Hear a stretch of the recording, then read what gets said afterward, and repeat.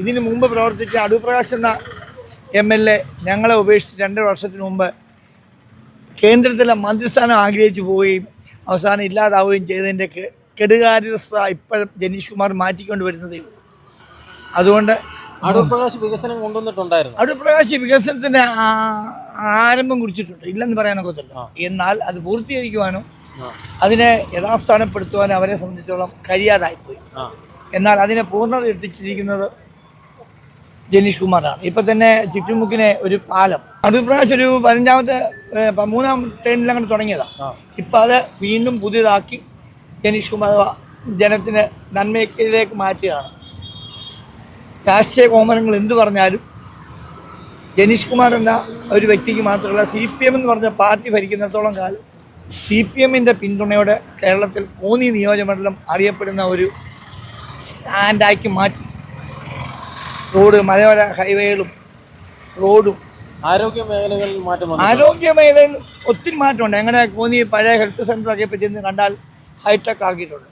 സാധാരണക്കാർക്ക് വേണ്ടി ഇടപെടുന്ന MLA തന്നെയാണ്. ഏത് വിഷയം ഉണ്ടെങ്കിലും കഴിഞ്ഞിടയ്ക്കാണെങ്കിൽ കുമ്മണ്ണൂർ ഇവിടെ അരുവാപ്പുറം പഞ്ചായത്തിലൊരു ആനയുടെ ഒരു വിഷയം ഉണ്ടായി. ജനീഷ് കുമാർ നേരിട്ട് ഇടപെട്ടല്ല.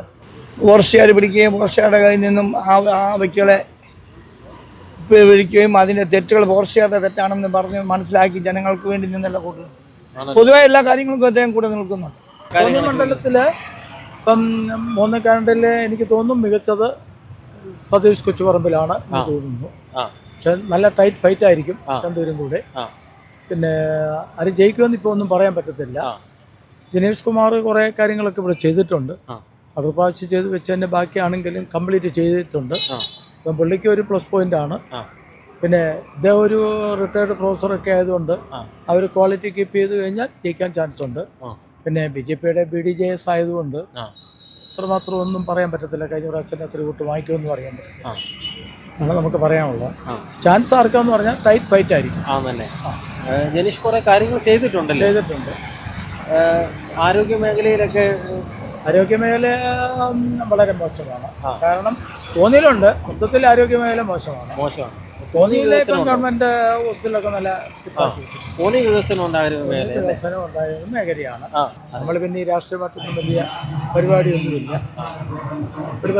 ഒരു രാഷ്ട്രീയത്തിൽ അങ്ങനെ കൂടുതൽ വിശ്വസിക്കൊന്നുമില്ല. വ്യക്തിയെ നോക്കിയാണ് ചെയ്യുന്നത്. വികസനം അതനുസരിച്ചുണ്ടോ? ഉണ്ട്. റോഡായാലും പാലങ്ങളായാലും ഇത് തന്നെ ഈ പുള്ളിയുടെ വരണമെന്നാണ് ഞങ്ങൾക്ക് ആഗ്രഹം. ആണല്ലേ? അതിനുള്ള കാര്യങ്ങളൊക്കെ പുള്ളി ചെയ്തു വെച്ചിട്ടുണ്ടോ? ഉണ്ട്.